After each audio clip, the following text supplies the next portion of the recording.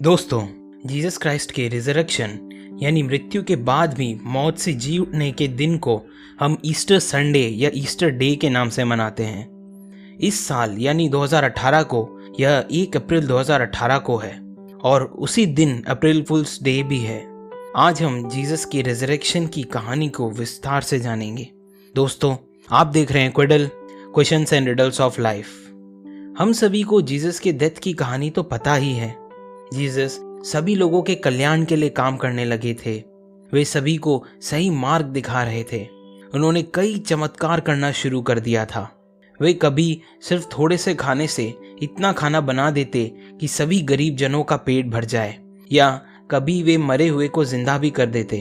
उनके चमत्कार से सभी लोग खुश थे और देखते ही देखते वे सभी के चहेते हो गए।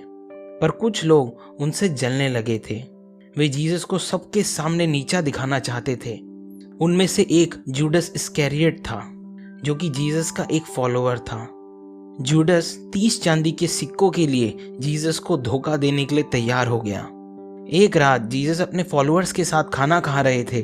तब उन्होंने कहा कि मैं कल आप सबको छोड़ के स्वर्ग में अपने पापा यानी भगवान के पास चला जाऊंगा, क्योंकि आप में से कोई एक मुझे धोखा देने वाला है। ये सब सुनकर जूडस वहां से जल्दी से चला गया।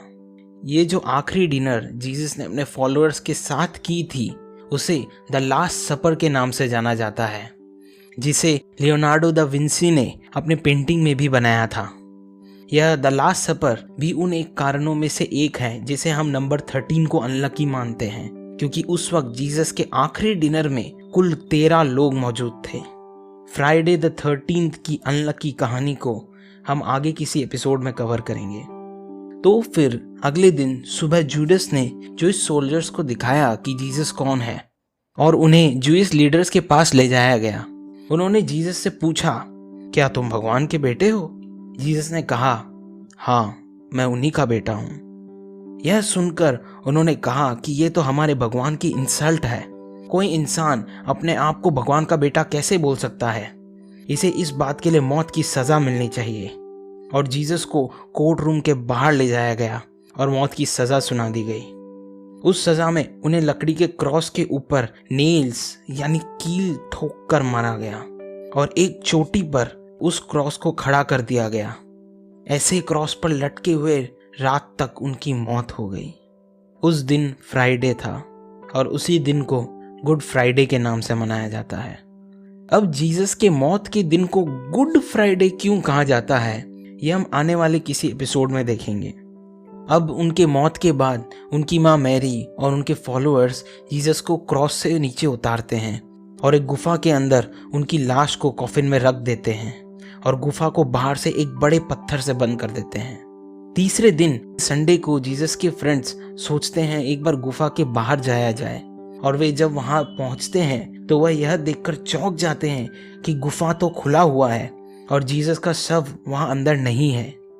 जब मैरी को यह बात पता चलती है तो वह बहुत रोती है। तभी एक अजनबी व्यक्ति उनके पास आकर कहता है, आपका बेटा अब भगवान के साथ है। जब मैरी पूछती है कि उन्हें यह कैसे पता, तब वह अपना असली रूप दिखाते हैं और कहते हैं कि मैं ही जीसस हूँ, मैं मौत से वापस आ गया हूँ। जब सभी लोग देखते हैं कि जीसस अपने मौत से वापस आ गए हैं, तब उन सभी को यकीन हो जाता है कि सच में जीसस भगवान के बेटे हैं। और इस दिन को सभी खुशी से जीसस के रेजरेक्शन डे यानी ईस्टर डे के नाम से मनाते हैं। इस साल यह दिन अप्रैल फूल्स डे के साथ कोलाइड कर रहा है। ईस्टर डे के दिन बच्चे अपने पेरेंट्स के छुपाए ईस्टर एग्स और बनी को ढूंढते हैं।